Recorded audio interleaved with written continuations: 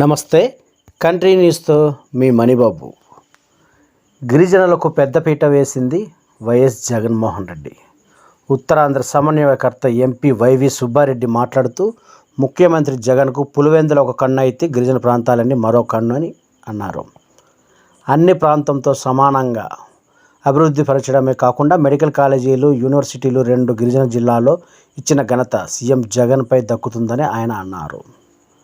జగన్మోహన్ రెడ్డి మళ్ళీ అధికారంలోనికి రావడం అనేది ఈ రాష్ట్రానికి చాలా అవసరమని, గిరిజన ప్రాంతంలో ఫ్యాన్ గుర్తు తప్ప వేరొక పార్టీ గుర్తు ప్రజలకు తెలియదని, అందువలన ఇతర పార్టీల గురించి ఇక్కడ ప్రస్తావించవలసిన అవసరం లేదని ఆయన అన్నారు. ఈ కార్యక్రమంలో భాగంగా మంత్రి గుడివాడ అమర్నాథ్, అరకు ఎమ్మెల్యే శెట్టి పాల్గొన, ఎమ్మెల్సీ కుంభారావుబాబు, పాడేరు ఎమ్మెల్సీ భాగ్యలక్ష్మి, వైఎస్ఆర్సీపీ నాయకులు, కార్యకర్తలు, అభిమానులు భారీ ఎత్తున పాల్గొన్నారు.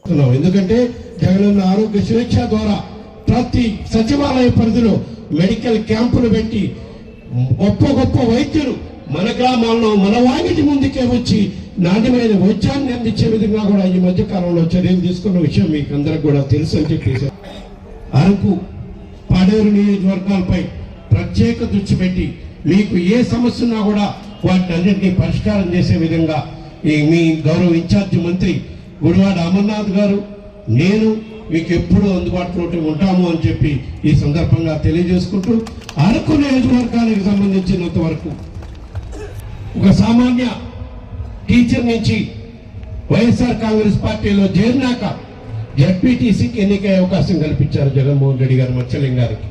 మళ్ళా ఇప్పుడు జడ్పీ ఉక్కంపేట కదా, ఉక్కంపేట జడ్పీగా ఉన్న ఆయన్ని ఈరోజు నియోజకవర్గ సమన్వయకర్తగా పెట్టి, ఎమ్మెల్యే అభ్యర్థిగా పెట్టి మేము ముందుకు తీసుకొచ్చారు అంటే అది మన జగన్మోహన్ రెడ్డి గారు పార్టీకి అంకిత భావంతో పనిచేసిన కార్యకర్తకి ఏ విధంగా గుర్తిస్తారు అనే దానికి ఈరోజు మీ ముందు నిలబడ్డ మత్స్యలింగమే ఒక ఉదాహరణ అని చెప్పి ఈ సందర్భంగా తెలియజేసుకుంటున్నాం.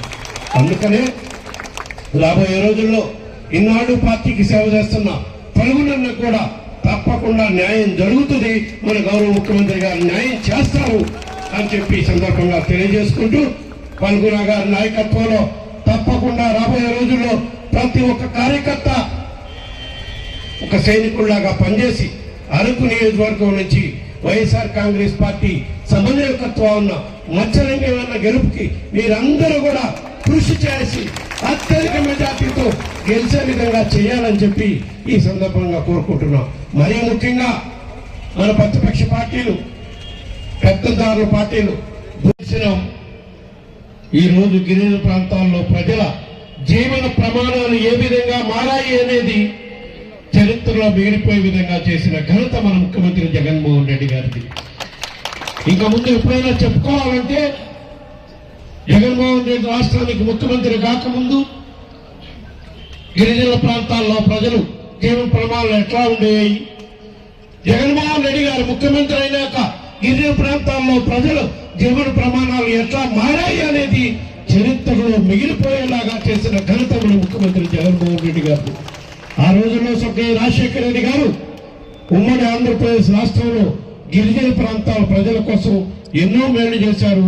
170 యాక్ట్ కూడా ఆయనే అప్పుడు ఆచరణలో తీసుకొచ్చి గిరిజన ప్రాంతాల ప్రజల హక్కులు కాపాడటం కోసం మొట్టమొదటిగా చర్యలు చేపట్టింది స్వర్గీయ రాజశేఖర రెడ్డి గారు. ఆయన గిరిజన ప్రాంత ప్రజల కోసం 4 అడుగులేస్తే మన ముఖ్యమంత్రి జగన్మోహన్ రెడ్డి గారు గిరిజన ప్రాంత ప్రజల హక్కులు కాపాడటం కోసం, వాళ్ళు ఆరోగ్యంగా సురక్షంగా ఉండటం కోసం 10 అడుగులు ముందుకేసిన ఘనత మన ముఖ్యమంత్రి జగన్మోహన్ రెడ్డి గారు అని చెప్పి సందర్భంగా తెలియజేసుకుంటున్నాం. ఎందుకంటే ప్రతిపక్షంలో ఉన్నప్పుడు ఎన్నోసార్లు గిరిజన ప్రాంతాల్లో, పాడేరు, అరకు ప్రాంతాల్లో పర్యటించడం జరిగింది జగన్మోహన్ రెడ్డి గారు. గిరిజన ప్రాంతాల ప్రజలు ఎటువంటి సమస్యలు ఎదుర్కొంటున్నారు అని ఆయన ఎంతో దగ్గరగా చూడటం జరిగింది. అవన్నీ చూశాడు కాబట్టే గిరిజన ప్రాంతాల ప్రజల కోసం ప్రత్యేకంగా కొన్ని చట్టాలు చేసి కొన్ని సౌకర్యాలు చేసిన ఘనత మన ముఖ్యమంత్రి జగన్మోహన్ రెడ్డి గారు అని చెప్పి ఈ సందర్భంగా తెలియజేసుకుంటున్నాం. ఎందుకంటే జీవో నెంబర్ 97 రద్దు చేసి బాక్సైట్ అనేది గిరిజన ప్రాంతంలో ఎక్కడ కూడా ఒక తట్ట కూడా బాక్సైట్ ఎత్తడానికి లేదు. గిరిజన ప్రజల మనోభావాలు దెబ్బతినే విధంగా ఏ ప్రభుత్వం చర్యలు తీసుకోకూడదని జీవోను రద్దు చేసిన ఘనత మన ముఖ్యమంత్రి జగన్మోహన్ రెడ్డి గారితో అని చెప్పి ఈ సందర్భంగా తెలియజేసుకుంటున్నాం. అదేవిధంగా గిరిజన ప్రాంతాల్లో ప్రజలకి తరచూ అంటువ్యాధులు, విషజ్వరాలు వస్తుంటాయి. వాళ్ళ ప్రాణాలు కాపాడాల్సిన ప్రథమ కర్తవ్యం ప్రభుత్వాన్ని అని చెప్పి గిరిజన ప్రాంతాల్లో ప్రజల కోసం సాక్షాత్తు పాడేరులో medical college, super speciality hospital సుమారు 500 కోట్ల రూపాయలతో నిర్మాణం చేసి రాబోయే 2 నెలల్లో ప్రారంభోత్సవం కూడా చేసుకొని గిరిజన ప్రాంత ప్రజలకు అంకితం చేసే విధంగా కూడా చర్యలు తీసుకుంటున్నారు. కలెక్టర్ ఆఫీసుకు పోవాలన్నా, ఏ ఆఫీసుకు పోవాలన్నా 1000 కిలోమీటర్లు, 100 కిలోమీటర్లు పోవాల్సిన పరిస్థితి ఉండేది.